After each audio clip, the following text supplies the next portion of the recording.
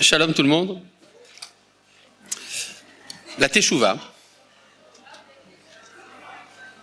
La Teshuvah est un processus difficile.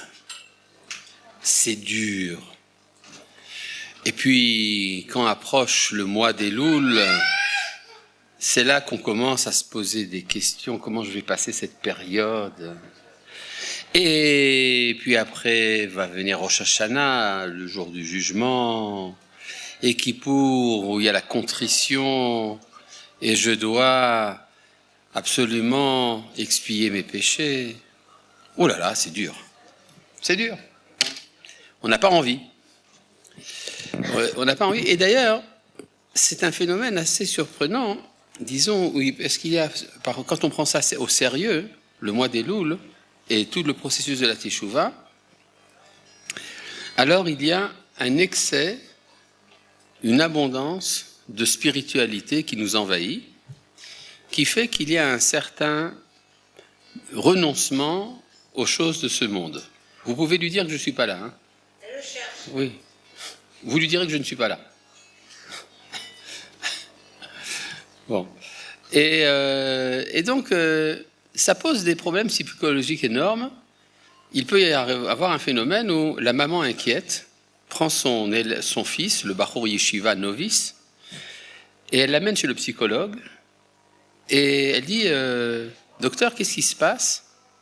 Jusqu'à présent, mon fils était plein de vie, et c'était une explosion de joie, il avait des belles couleurs, et depuis qu'il est rentré à la yeshiva, oh là là, ça devient, il est livide. Il est en train de perdre le goût de la vie. Qu'est-ce que je fais, docteur ? Alors, si le psychologue est intelligent, en tout cas qui connaît un peu son judaïsme, il dira « Madame, ne vous en faites pas, après Kippour, ça passe. » Et c'est une raison très simple, c'est que le phénomène de la Teshuvah, celui qui vient réparer les fautes, qui vient expier, eh bien, ce phénomène est un phénomène hors de la norme. C'est-à-dire, la Torah ne nous dit pas de vivre dans la spiritualité, la Torah nous dit de choisir la vie. Et la Torah nous dit, j'ai mis la mort et la vie devant toi, et tu choisiras la vie. C'est-à-dire que l'option fondamentale, on pourrait dire le vecteur dans lequel s'oriente la Torah, est un vecteur orienté donc vers la vie. Et donc le phénomène de la Teshuvah est extrêmement hors de la norme. Quand on fait Teshuvah, c'est à cause des péchés, j'entends, c'est parce qu'on sent qu'on a été trop loin dans l'insertion dans le matériel. Le matériel nous a envahis et il nous a fait pécher. Et donc, pour réparer les chutes du matériel, alors on s'alimente à du spirituel. Bon, c'est très bien de s'alimenter à du spirituel, et donc on le fait de manière un peu excessive. On exagère. On exagère, et alors on fait les slichot, et puis après, Rosh Hashanah, on est dans le tremblement, puis dans les 10 jours de Teshuvah, ça va encore plus fort, Shabbat Shuvah, et puis à Kippour, alors ça c'est le maximum. Le maximum, on est complètement détaché. Mais qu'est-ce qu'on fait à Kippour ? En fait, l'erreur serait de penser qu'à Kippour, on se détache de la vie. Non, on se relie à la source de la vie. Et une fois qu'on s'est ressourcé, alors on va jusqu'où ? Eh bien, on va jusqu'au repas d'après le jeûne. Vous savez qu'à la sortie du jeûne de Kippour, on fait un repas. Mais pourquoi ? Alors certains vous diront parce que le jeûne est fini, alors on mange. Mais c'est pas vrai. Parce que d'après la halacha, le repas d'après Kippour doit être un repas de fête. Avec une belle nappe, avec des bons aliments, comme le Shabbat. Du vin, de la viande. Ça veut donc dire que le but du jeûne de Kippour, c'est le repas d'après Kippour. Si j'ai réussi sincèrement mon processus de Teshuvah, donc quand je finis le jeûne de Kippour, l'épreuve, c'est d'être capable maintenant de sanctifier le matériel. Et c'est pour ça que juste après la fête de Kippour vient une fête de joie, la fête de Sukkot. Donc, on pourrait dire que on comprend parfois mal ce que représente la teshuva. Malgré tout, il y a dans le cérémoniel de Kippour, dans toute la liturgie de Kippour, il y a quand même un élément de contrition. Et c'est ça que je voudrais étudier avec vous. Il y a, d'après Rabbi Yehuda Halevi, dans le Kuzari, il y a 3 canaux qui relient les hommes au service divin. Quels sont ces 3 canaux? Eh bien, c'est l'amour, la crainte et la joie. En hébreu, Ahava, Yira, Simcha. Et donc, si je fais une teshuva, je dois faire une teshuva de 3 manières. Il y a une teshuva par amour, une teshuva par crainte et une teshuva par joie. Mais c'est très difficile de faire les 3 à la fois, n'est-ce pas? Donc, on a besoin pour cela de 3 dates différentes dans le calendrier pour chacune des 3 formes de teshuva. Quels sont ces 3 jours? Eh bien, c'est Rosh Hashanah, Kippour et Simchat Torah. Il y a un dénominateur commun à ces 3 fêtes, c'est que dans la Torah, c'est le même sacrifice de Moussaf pour les 3 jours en question. Ce sont les seuls 3 Moussaf dans lesquels il y a un taureau, un bélier, 7 moutons et un bouc. Par Echad, Aïl Echad, Shiva Kvasim, Saïr. Saïr Echad. Ça veut donc dire qu'il y a un fil secret qui relie ces 3 jours, qui d'ailleurs ne sont pas des fêtes de pèlerinage. Vous avez Pessah, Shavuot et Sukkot, ce sont des fêtes de pèlerinage où on va rencontrer le visage divin, Panim el Panim, Irae Zechorecha et Pene Hashem, c'est-à-dire tous tes mâles vont se faire contempler par le visage divin. Ça, c'est ce qui se passe pendant les 3 fêtes de pèlerinage. Mais il y a également ces 3 journées qui sont des journées de Teshuvah. Rosh Hashanah, Kippour et Simchat Torah. Alors, à Rosh Hashanah, on fait Teshuvah par amour, évidemment. Par amour. J'ai laissé un certain temps pour qu'on puisse faire l'erreur. Et donc, à Rosh Hashanah, c'est la Teshuvah par amour. À Kippour, la Teshuvah par crainte. Et à Simchat Torah, la Teshuvah par la joie. Mais c'est pas si séparé l'un de l'autre que l'on peut le penser. C'est-à-dire, c'est les 3 relèvent de la Teshuvah. Donc, dans tout élément de Teshuvah, même si c'est la Teshuvah par la crainte, il y a un élément de joie. D'ailleurs, la preuve qu'il y a un élément de joie dans la Teshuvah, même par la crainte, c'est une mitzvah qu'il faut analyser, la mitzvah du vidouille. Vous savez ce que c'est que le vidouille? L'aveu. Alors, les chrétiens appellent ça la confession. Ils adorent ce genre de mots. Mais nous, on appelle ça l'aveu. Ce n'est pas du tout la même chose, et d'ailleurs, vous allez comprendre pourquoi. En quoi consiste le vidouille? C'est vrai que ça nous nettoie, c'est le nettoyage par le vidouille. Mais qu'est-ce que ça représente exactement? Le Rambam nous dit, quand on a fait un péché, qu'on fait Teshuvah, eh bien, il faut après faire le vidouille devant l'Éternel. Lifnei Ha'el Baruch. Alors, ça ressemble à quoi? C'est comme, par exemple, un gosse à l'école qui s'est très mal comporté, il a fait une grosse gaffe, le maître lui dit « Va voir le proviseur et dis-lui ce que tu as fait. » Alors bon, le gosse très tremblant, il dit « Bon, vraiment je dois aller lui dire? Oui, tu vas lui dire ce que tu as fait. » Bon, alors il y va. Bon, c'est un peu humiliant, et alors le proviseur lui dit, écoute, on ne se comporte pas comme ça, j'ai besoin d'un mot de tes parents.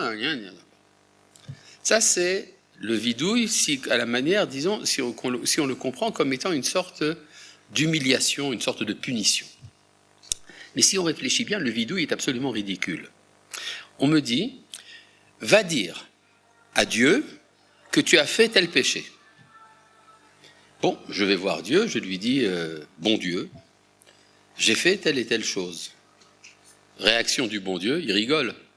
Tu avais besoin de me le dire, je le savais très bien. Je n'avais pas besoin que tu me le dises. C'est-à-dire, la dernière personne, entre guillemets, à qui que je dois informer de mes péchés, c'est Dieu lui-même. Alors chez les chrétiens, ça se passe très bien, parce que c'est pas à Dieu qu'on va parler, on va parler à un homme. Et il n'était pas au courant. Mais dans la Torah, on doit présenter ça devant Akadosh Baruch Hu, c'est absolument ridicule. Alors il faut comprendre le vidouille tout à fait autrement. Le vidouille ne vient pas informer Akadosh Baruch Hu que j'ai fait une erreur.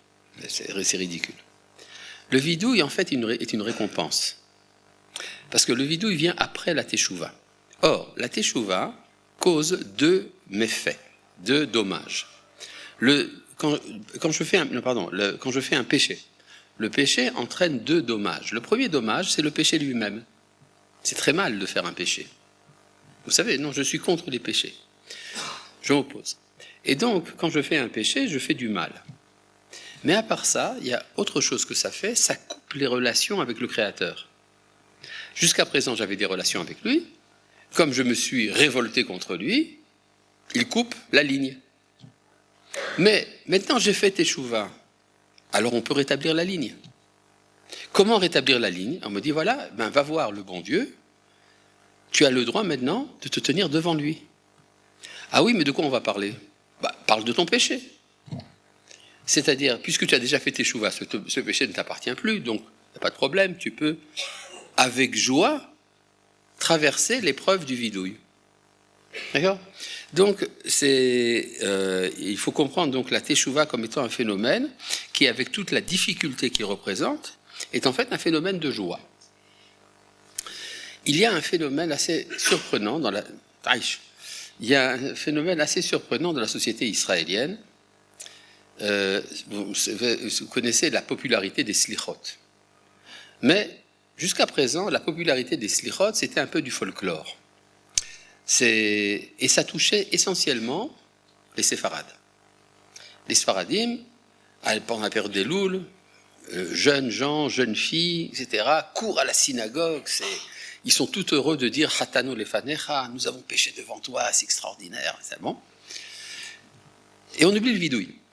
Mais maintenant, il y a une nouvelle mode dans la société israélienne ashkénaze de Tel Aviv. Les synagogues de Ramat Aviv, qui sont, l'extrême de la chilonout, sont remplies de jeunes gens, de jeunes garçons et de jeunes filles, tous les jours des slichot. Et non pas parce qu'ils ont l'intention de faire le Shabbat, ou de mettre les téphilines, ou de s'habiller en tsniout, etc. Non, c'est pas ça. Il y a ce qu'on appelle une soif métaphysique. Et ça, c'est quelque chose de très important de comprendre, c'est que nous vivons une époque où il y a une décadence, une chute totale des religions, elles l'ont bien mérité, mais il y a une ascension de la soif spirituelle. Il y a un désir de spiritualité. Et c'est ça qu'en fait, la société israélienne est en train de rechercher. Alors, vous savez que depuis les événements tragiques que nous avons eus depuis 2 ans déjà, alors il y a quelque chose qui remue, quelque chose qui bouge dans l'identité israélienne. Alors, il est facile de dire qu'ils font teshuva. Vous êtes remis en question, vous avez découvert ce que c'est que la barbarie du Hamas, et donc ça vous amène à faire teshuva. Trop facile. On se rend compte très bien que ce n'est pas la teshuva dans le sens classique et religieux du terme. C'est une teshuva, un retour à l'identité. 2 journalistes israéliens, un homme et une femme, si vous voulez, classiquement des milieux chiloni de Tel Aviv, m'ont dit la chose suivante, chacun à sa manière. Depuis les événements de la guerre, je suis à la recherche de mon identité juive. Mais je reste athée. Très important. Je te signale, je suis athée. Merveilleux. Ça veut dire que l'athéisme est un écran protecteur qui va permettre à chacun de retrouver son identité à l'abri de la religion. C'est-à-dire, si tu croyais en Dieu, ça te poserait un problème, parce qu'en recherchant ton identité juive, tu risques de devenir religieux, hasve shalom.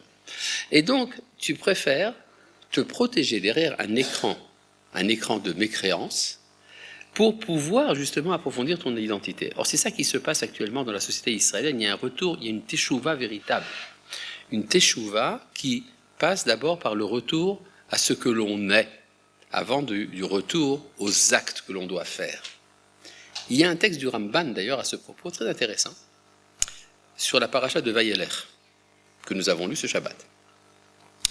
Là-bas, il est dit que vers la fin de l'histoire, quand tu auras passé des tas d'épreuves, alors tu te diras « Ve'amarta bayom ahu alo alkien Elohai bikirbi mitzauni araot haele » et tu te diras en ce jour, c'est parce que Dieu n'est pas présent en moi que toutes ces choses m'ont trouvé. Ah bon, merveilleux, non? Quand on dit ça, c'est la teshuva. Et alors, ça continue. Ve'anochi aster astir panai bayom ahu. Et alors, je cacherai encore plus ma face en ce jour. Pourquoi cacher la face encore plus? Nachmanides dit que ça veut dire qu'il y aura une première teshuva sans le vidouille. Et qu'il y aura donc un obscurcissement de la face de Dieu pour permettre la deuxième phase de la teshuva qui est la teshuva avec le vidouille. C'est donc quoi la première teshuva? La première teshuva, c'est une teshuva à l'identité. Après viendra le vidouille, dans lequel il y aura également la réparation des péchés, etc. Important de comprendre que quand on parle de teshuva, la teshuva, ce n'est pas de revenir aux mitzvot après les avoir transgressés. Parce que si c'était ça, la Torah dirait « Veshavta el mitzvot Hashem Elohecha » tu reviendras au commandement de l'Éternel ton Dieu. Or, ce que dit la Torah, c'est « Veshavta » tu reviendras ad Hashem Elohecha, jusqu'à l'Éternel ton Dieu. Deuxième phase, « Veshamata bekolo » tu entendras sa voix. C'est quoi entendre la voix? C'est la prophétie. Et après, Ve'asita kol mitzvotav. Et tu feras tous ces commandements. Ce qui veut dire qu'on ne peut faire une véritable teshuva que lorsqu'on a restauré la civilisation prophétique. Or, c'est de ça que s'occupe la société israélienne. De rétablir le contact avec la Shekhinah. Et ça passe non pas par le retour minutieux à tel ou tel halakha, ça passe d'abord par une transformation de l'identité. Cette transformation de l'identité entraînera également un retour également au mitzvot. Ça, c'est le premier point que je voulais mettre en évidence. Baruch ata Adonai. Eloheinu melech haolam shakol yabor. J'avais perdu Louis quand vous avez répondu Baruch Hu, Baruch Shemo, c'était très faible. Mais j'ai retrouvé Louis quand vous avez répondu Amen. Merci. Bon, maintenant, il y a également une recherche d'un phénomène dont parle la Guémara qui se passe à la fin de l'histoire. C'est le retour de la joie.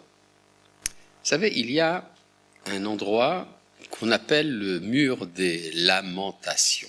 Pourquoi est-ce qu'on appelle le mur des lamentations? Parce que c'est là-bas que les Juifs vont pleurer.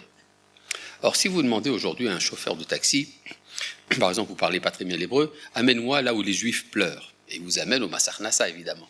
Et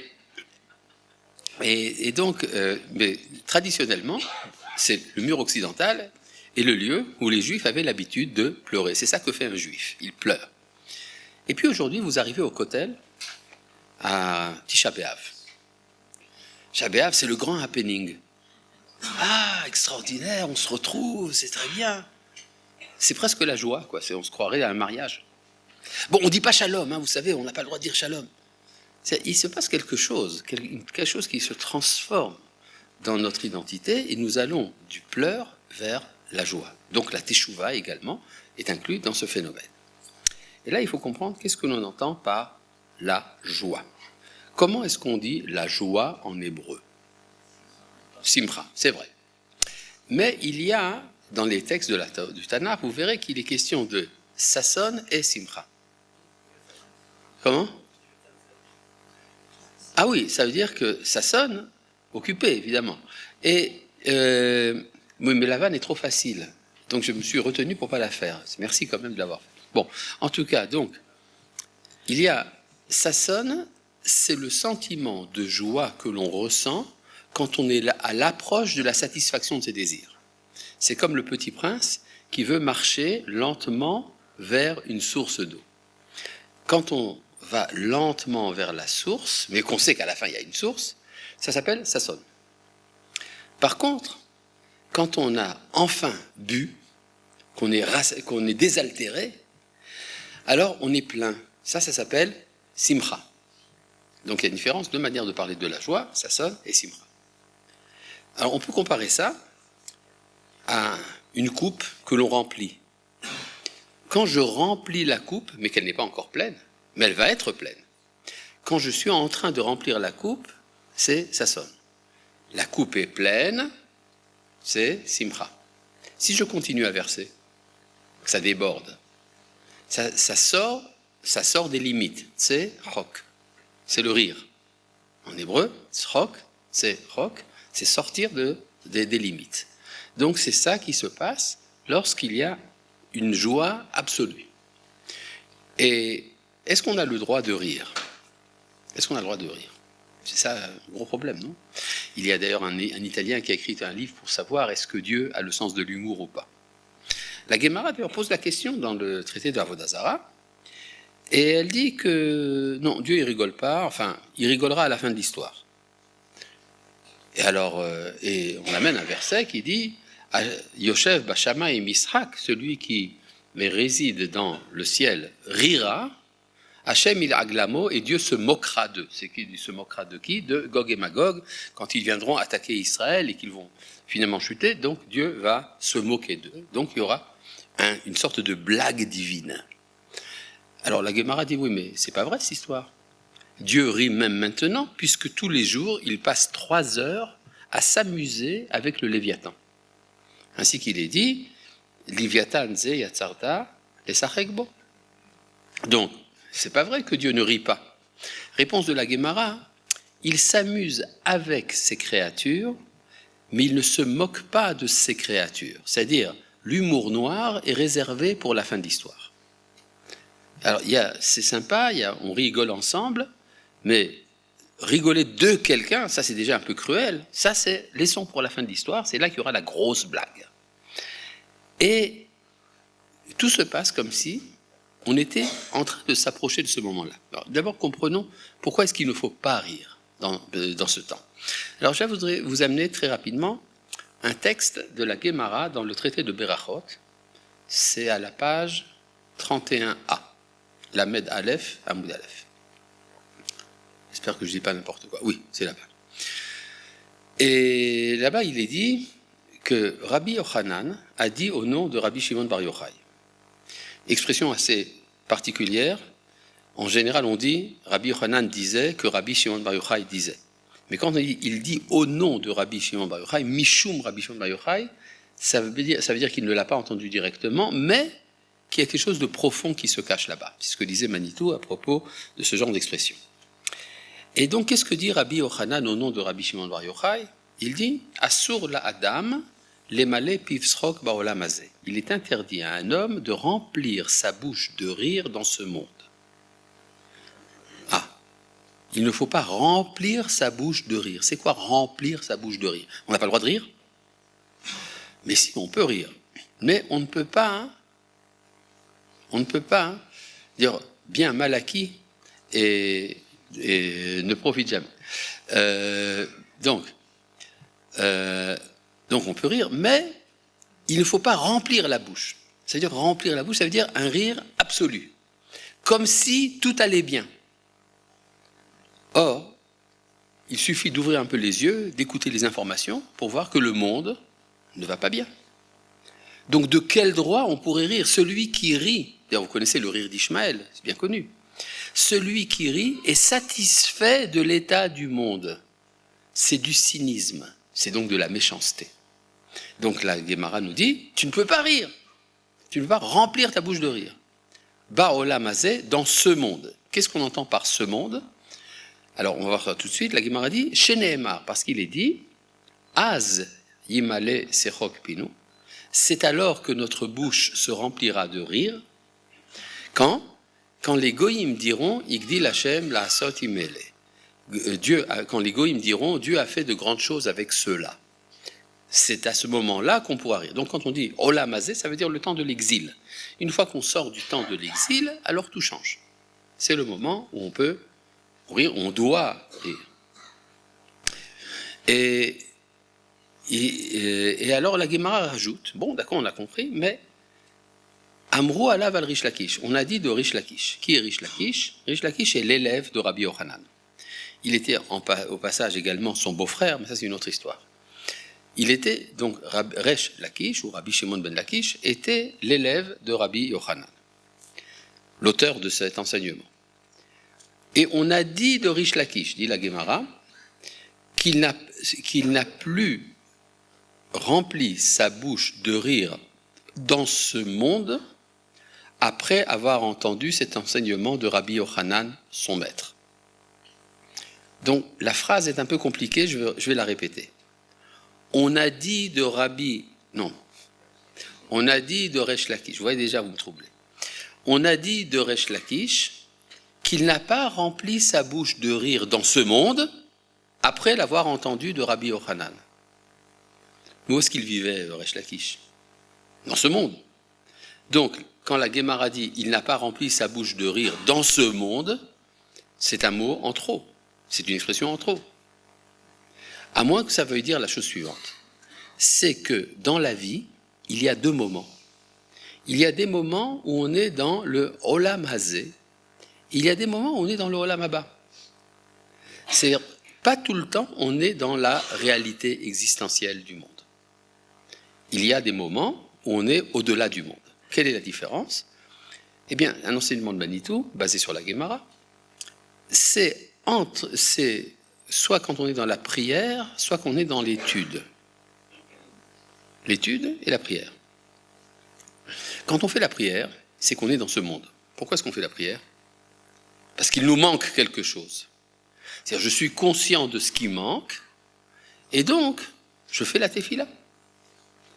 Parce qu'il me manque quelque chose. Et là, je ne peux pas être dans la joie totale. Et c'est pour ça que la prière est appelée dans la Guémara Chaye Sha'a, ce qui vit dans l'instant. Par contre, quand j'étudie la Torah, je suis dans ce qu'on appelle Chaye Olam, la vie éternelle. Quand je suis dans la vie éternelle, tout est sympa. Je peux faire une étude entière sur quelque chose qui n'a rien à voir avec la réalité concrète. Par exemple, j'étudie le culte de Kippour par le Kohen Gadol dans le Beth Amikdash. La manière dont il rentre dans le Kodesh HaKodashim, comment il fait le Ketoret, etc. Dans la réalité, wallo, zéro, ça n'existe pas. Mais, peu importe, je suis dans l'étude, je suis dans la joie totale. Donc ça veut dire que Rish Lakish ne rigolait pas quand il faisait la prière, mais il rigolait bien quand il faisait l'étude. En particulier, donc, l'étude des sphères les plus éthérées, telles que Maaseh Bereshit, Maaseh Merkava, etc. Maintenant, si nous revenons au Kotel, et au Kotel, on voit que cet endroit où on faisait la prière, c'était un lieu où on pleurait, et que maintenant, on se réjouit, c'est donc qu'on en a fini avec la phase de l'exil, que Yitzhak est en train de naître. Mais, il y a quelque chose qui va devenir sérieux. L'étude. L'étude, elle, devient sérieuse. Pourquoi? Parce que, jusqu'à présent, quand on étudiait la Torah, ça nous était complètement égal de savoir si c'était applicable dans la réalité, si ça avait une pertinence par rapport aux questions que se pose le monde. Par exemple, est-ce que la Torah aurait quelque chose à dire sur la politique, sur l'économie, sur la crise climatologique? Oui, elle a quelque chose à dire, mais de toute manière, les goïms n'écoutent pas, et c'est les goïms qui s'en occupent. Pendant le temps de l'exil, nous, on est à la yeshiva, on étudie entre nous, on sait comment est-ce que le monde devrait être, mais personne n'est intéressé à ce que nous avons à dire. Donc, on est tout content. Et puis maintenant, on sort. Et alors, les goïms vont commencer à nous poser des questions. Et on va devoir leur donner des réponses. Vous connaissez cette belle parole d'un certain Genevois du nom de Jean-Jacques Rousseau, qui disait, à la Sorbonne à l'époque de Jean-Jacques Rousseau était une université religieuse. Il dit, à la Sorbonne, il n'y a aucun doute que les prophéties d'Isaïe parlent de Jésus. Mais, chez les rabbins d'Amsterdam, il n'y a aucun doute que ça n'a rien à voir. Donc, je pense que je ne comprendrai les Juifs que lorsqu'ils auront un État à eux et des universités où ils pourront s'exprimer sans crainte. C'est alors que nous saurons ce qu'ils ont à dire. Alors, je vais vous donner les dernières nouvelles. Il y a un État. Nous avons des universités, des yeshivot, où nous pouvons nous exprimer sans crainte. Et donc, les goïms disent, bon, alors qu'est-ce que vous avez à nous dire ? Pas grand-chose. Ne nous empêchez pas de nous implanter dans notre pays, et puis à part ça, oui, il faut manger kasher et faire le Shabbat, et puis également nous avons une technologie de pointe, nous avons développé le discomki, les tomates cherry, et oui, donc oui, c'est intéressant. D'ailleurs, il y a beaucoup d'archéologie, vous pouvez venir voir, c'est intéressant. Voilà. Et on ne se rend pas compte que quand nous disons des choses pareilles, en fait, nous créons une situation de ce qu'on appelle une déception amoureuse. C'est-à-dire, comment vous êtes revenu sur votre terre après 2000 ans, vous avez bousculé toutes nos habitudes mentales, notre théologie, etc. Et puis vous n'avez rien à nous dire. Donc vous nous avez trompés. Ce pays n'est pas le vôtre. Rendez-le aux Palestiniens tout de suite. Alors on dira non, on n'est palestinien du tout, mais il y a quand même un problème. Et donc si on veut faire une véritable teshuva, la teshuva est une teshuva qui doit avoir une portée universelle. C'est ça la teshuva de joie. Et ça veut dire qu'en fait, la teshuva à laquelle notre génération est appelée est une teshuva extrêmement différente de ce que nous avons connu jusqu'à présent. Ça veut dire que nous sommes arrivés à la fin de l'époque de ce qu'on appelle les discours rabbiniques de synagogue de quartier. C'est fini. Alors, il fut un temps, effectivement, c'était très alimentant.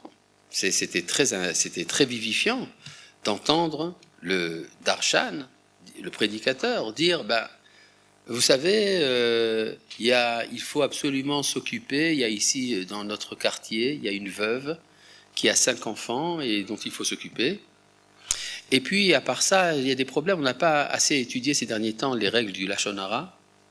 Et puis, je vous invite tous à venir quand même à l'étude du Daf Yomi, de la page talmudique journalière, etc., etc.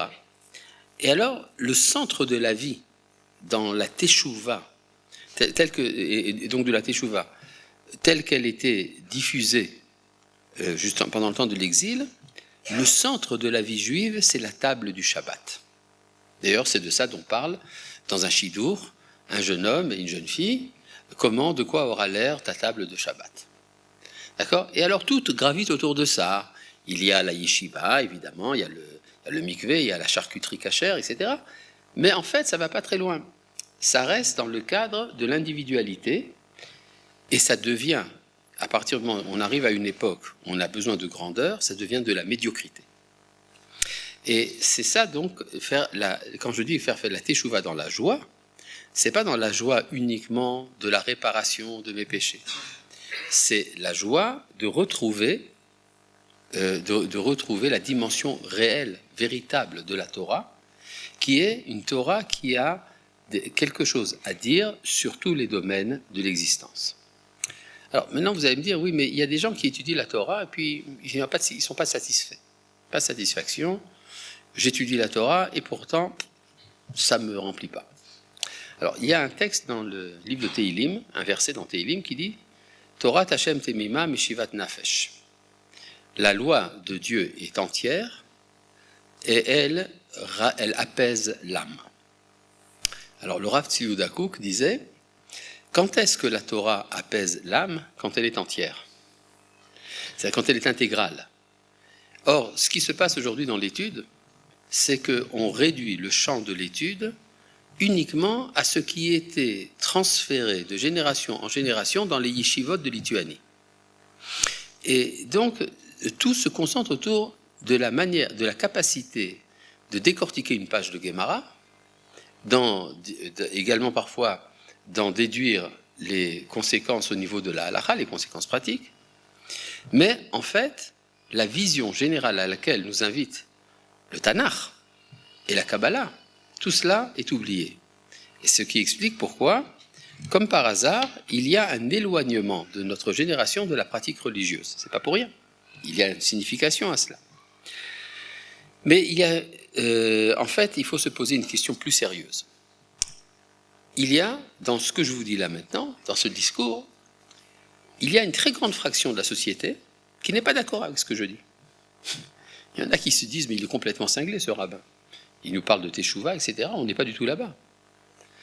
Il y a aujourd'hui une mouvance extrêmement forte vers ce qu'on appelle la chiloniyut extrémiste. C'est-à-dire un refus total de la tradition juive, qui d'ailleurs est souvent lié à un refus implicite de la validité du sionisme. Ce n'est pas toujours dit expressément, mais il y a également un refus donc du sionisme. Et il y a également le développement d'une sorte de tendance cosmopolite excessive. C'est-à-dire, finalement, je suis citoyen du monde, et c'est ça être juif. D'accord ? C'est très, très souvent un peu compliqué, c'est lié à une identité juive parfois très forte, mais qui refuse tout le contenu du judaïsme. Alors, essayons de comprendre qu'est-ce que ça veut dire, parce que c'est le moment où le peuple d'Israël fait sa teshuva collective et qu'il revient à sa terre, qu'apparaît également ce phénomène de rejet total. Alors, il faut comprendre pourquoi, n'est-ce pas ? Et il y a, bon, on pourrait faire beaucoup d'analyses. Je voudrais me référer ici à une analyse kabbalistique, reprise par le Rav Kook, dans Oroth. Oroth, à la page Kouf Gimel, Kouf Membet, au paragraphe Yud Gimel. D'ailleurs, il y aura à la suite, quand vous aurez lu le texte, vous aurez une interrogation écrite dans laquelle vous devrez expliquer le texte. C'est le principe qu'on appelle la Nessira. C'est quoi la Nessira ? Littéralement, scier. D'accord ? Une scie en hébreu se dit Massor. Nessira, c'est le sciage. Et de quoi ça parle ? En fait, c'est le terme employé pour décrire la création du premier couple homme-femme dans le livre de Bereshit.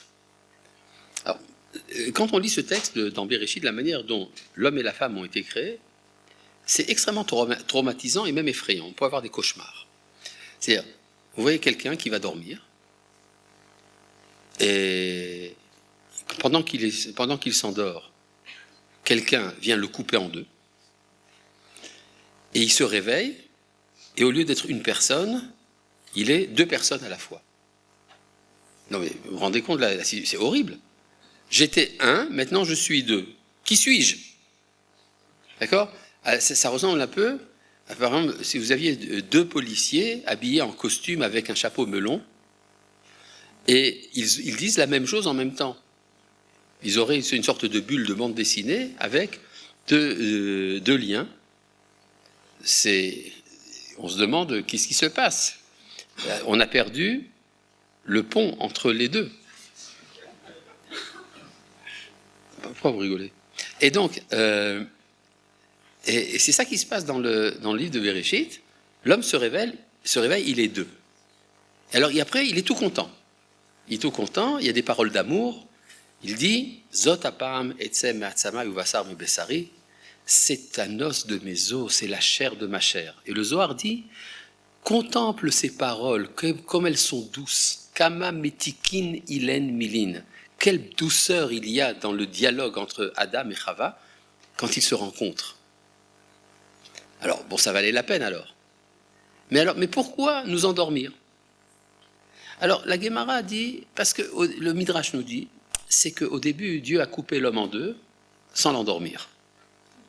Et alors, il a vu sa compagne, elle était pleine de sang, de sortes de bile, etc. C'était repoussant. Alors, il l'a en renvoyé. Alors, Dieu dit, bon, cette fois-ci, on va l'endormir. Il faut qu'il ne voit pas le processus. Mais attention, donc il l'a endormi. Mais ça veut dire quoi, être endormi ? Quand vous endormez quelqu'un, il perd son intelligence. Et le Midrash nous dit que lorsque Dieu a endormi l'homme, les anges ont dit à Dieu, On te l'avait bien dit. On t'avait dit que ce n'était pas la peine de le créer. Et tu nous as dit, oui, mais il a de l'intelligence. Mais tu vois, il a perdu son intelligence. Et Dieu leur a dit, un peu de patience. D'accord ? Finalement, ils se réveillent. Il y a donc l'amour entre les deux. Et donc, ce moment où on perd conscience, c'est ce qu'on appelle chez les kabbalistes la Nessira, et ça se passe à tous les niveaux d'être, dans les mondes supérieurs, ça se passe également dans la vie individuelle, dans la vie collective, etc. Alors, le Rav Kook explique qu'il y a... Bon, d'abord, avant d'être coupé en deux, le Midrash nous dit, c'est pas qu'il y avait une seule personne, il y avait deux personnes. Il y avait un mâle et une femelle, mais ils étaient collés l'un à l'autre par le dos.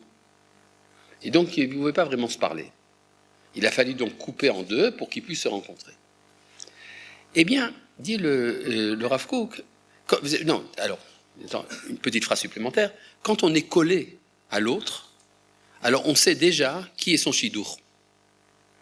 C'est même pas la peine de faire des vérifications. Est-ce que tu aimes les pâtes alimentaires ? Est-ce que tu préfères...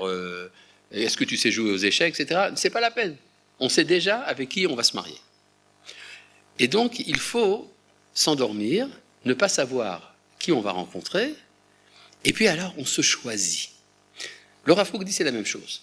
Le peuple d'Israël est tellement lié à Dieu, est tellement lié à la Torah, qu'il n'est pas capable de réfléchir au sens de cette relation.